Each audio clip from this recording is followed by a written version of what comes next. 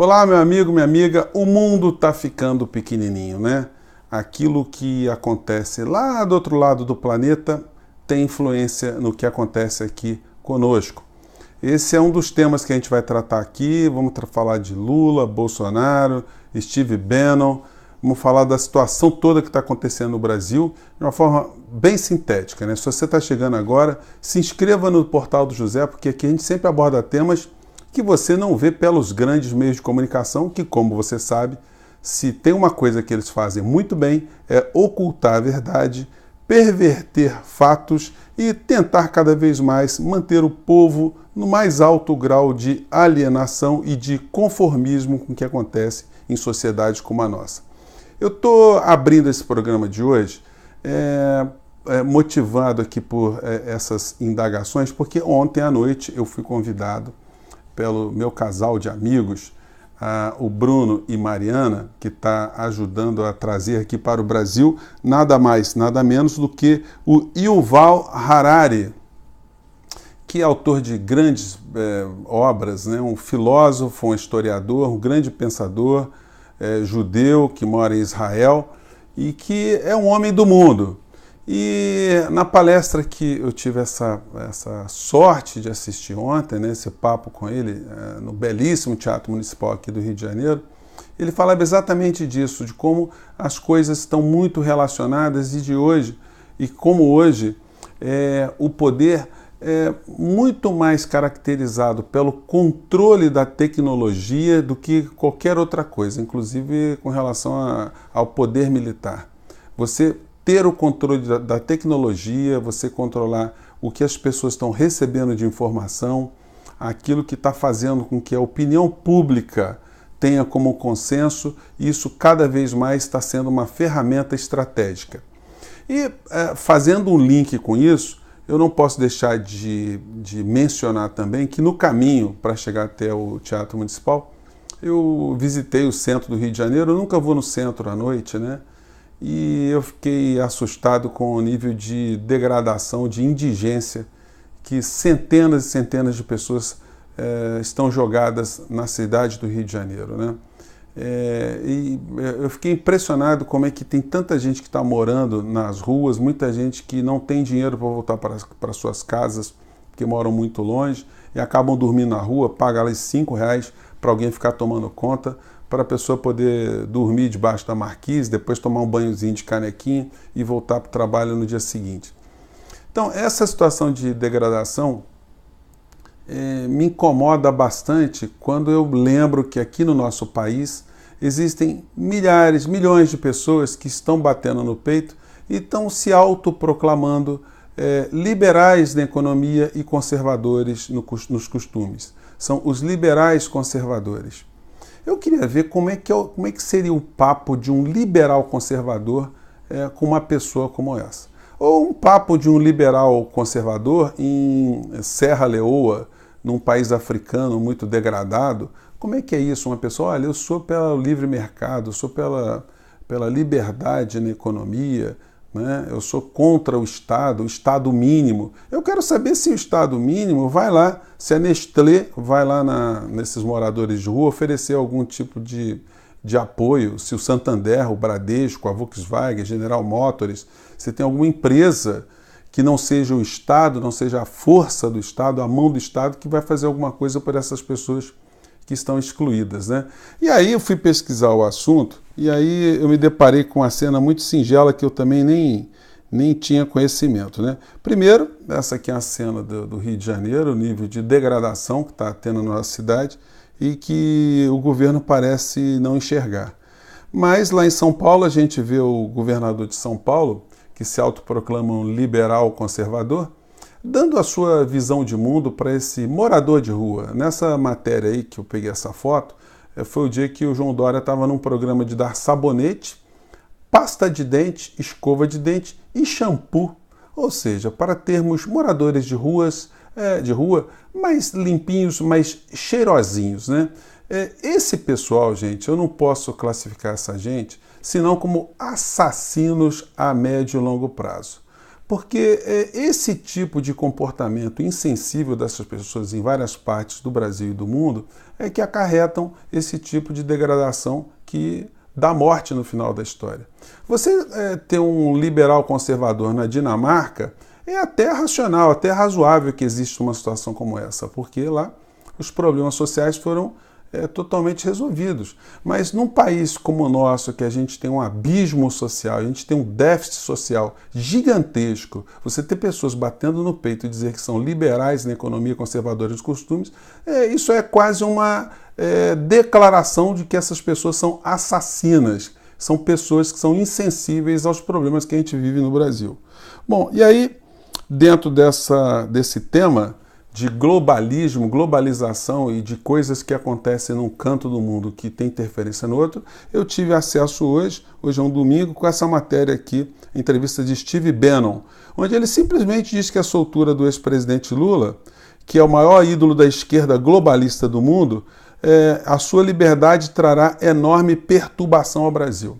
Ora, esse cidadão que é considerado um vigarista lá nos Estados Unidos, um vigarista que influencia outras pessoas da mesma categoria, inclusive influencia a família Bolsonaro, os filhos do presidente Bolsonaro, e influencia também o Olavo de Carvalho. Steve Bannon esteve num jantar com Olavo de Carvalho, a família Bolsonaro, nos Estados Unidos. Então, é esse tipo de gente que foi repudiada lá por Trump, que alterou, fez com que a eleição de Trump fosse vencida muito com essa sistemática tecnológica que o Harari comenta nos seus livros e também na sua palestra, né? Então, esse ser está dando palpite sobre os personagens da política brasileira, dizendo que Lula seria o cara ligado ao grande establishment, ou cara das elites globalistas mundiais, né? E que aqui no Brasil tem em oposição a esse indivíduo, ou seja, ao ex-presidente Lula, uma figura como Jair Bolsonaro e Paulo Guedes, que seriam figuras que estão atuando contra o establishment.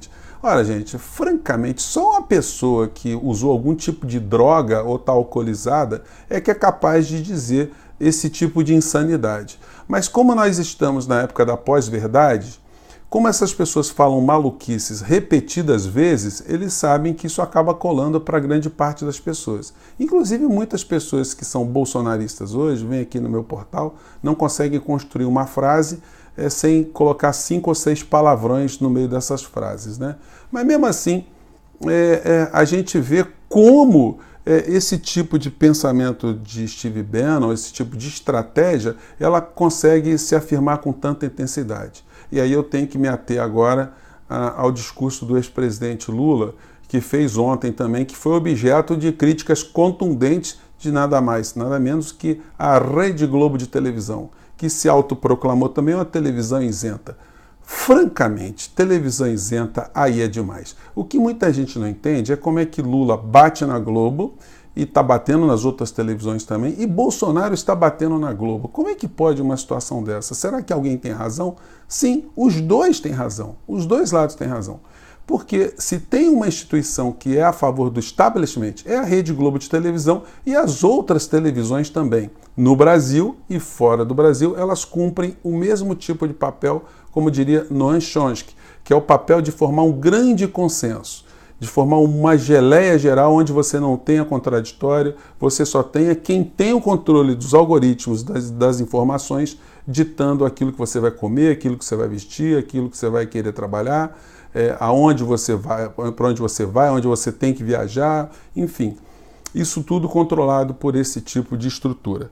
Agora, chamar Guedes de uma pessoa contra o globalismo chega a ser piada. O ministro Guedes, que cada vez que eu assisto uma palestra dele, que eu pesquiso, eu vejo o quanto ele mente, o quanto ele altera a verdade, o quanto ele usa os seus atributos, suas qualidades de ser um homem sedutor, um homem falante, um homem bem articulado, um homem irreverente, como ele usa todo tipo de estrutura de comportamentos, que são típicas também em estelionatários, em vigaristas, em golpistas, para seduzir plateias e seduzir setores importantes da sociedade brasileira que acham que ele está fazendo alguma coisa contra o establishment. Ele que é um homem da Rede Globo, é um homem que faz parte do Instituto Milênio, que é bancado lá pela família Marinho, que a sua aproximação ainda é um grande enigma. Como é que um homem desse cola em Jair Bolsonaro? Que casamento doido é esse? Que casamento de cachorro com gato é esse? Que aproximou essas duas pessoas? Como o Bolsonaro é totalmente cooptado, né? Como se estivesse sofrendo uma lavagem cerebral, porque o Bolsonaro de hoje é um antagonismo do Bolsonaro que era antigamente. Então, como é que se deu isso e como todas as estruturas importantes do nosso país estão sendo derretidas para serem entregues justamente nas mãos de grandes corporações, grandes capitalistas, grandes sistemas. Dizer com uma pessoa dessa, que um governo desse é anti-establishment e que Lula seria a favor do establishment, é uma grande imbecilidade. Eu estava tentando achar um termo aqui, mas não estava dando. E aí o ex-presidente Lula tem uma responsabilidade mais do que redobrada no meio dessa história toda. Se o presidente Lula está saindo da prisão com a intenção de realmente enfrentar essas grandes estruturas, ele vai ter que moderar e modular e alterar alguns comportamentos do passado. Será que ele vai querer fazer alianças que foram necessárias no entendimento dele no passado para o futuro? Será que esses personagens que têm reputação muito ruim, que têm passagens muito pesadas no campo da honestidade, da integridade, do interesse público, será que essas pessoas serão aceitas novamente num novo projeto? Ou será que o ex-presidente Lula ele vai fazer como a Cristina Kirchner na Argentina? Vai se colocar numa posição superior de um grande estadista e sabendo das dificuldades eleitorais que terá pela frente, porque assim como Cristina Kirchner, que estava liderando as pesquisas lá na Argentina, ela sabia que tinha chance de ganhar, mas ela sabia que tinha chance de juntar muita gente contra ela e aí simplesmente o povo argentino queria perder, porque ela é rica, ela não era questão pessoal para ela. E o que ela foi fazer? Foi buscar o terceiro colocado lá na Argentina, o Alberto Fernandes, teve uma humildade nessa história e ela conseguiu formar essa frente e derrotar o neoliberalismo lá representado por Macri na Argentina. Então, se o ex-presidente Lula entender que ele vai ter seus direitos políticos ainda com grande dificuldade para estarem recobrados em 2022, e mesmo que ele recobre esses direitos políticos, ainda há uma parcela da sociedade que não aceita nem o PT e nem o ex-presidente Lula, e ele entender que ele tem que buscar uma terceira via, uma outra pessoa, pode ser que essa pessoa nem seja alguma dessas que a gente esteja vendo no cenário político de hoje, né? Mas se não entender que é necessário abrir mão da hegemonia partidária para que o Brasil consiga enfrentar esse desastre que está acontecendo, se essa leitura não for incorporada, a gente corre o risco de lutar e entregar o poder de novo na mão de um grupo de messias e de um grupo de pessoas que estão interessadas em destruir o nosso país, transformar o nosso país na maior colônia de todo o planeta. Gente, eu fico por aqui. Se você gostou, dê o joia, compartilhe com seus amigos, mande suas críticas, sugestões. Aqui, como eu digo, não é um canal partidário, mas é um canal de levantar questões para você que está tentando entender melhor o que está acontecendo no Brasil e no mundo. Tá bom? Grande abraço, até o próximo vídeo. Tchau!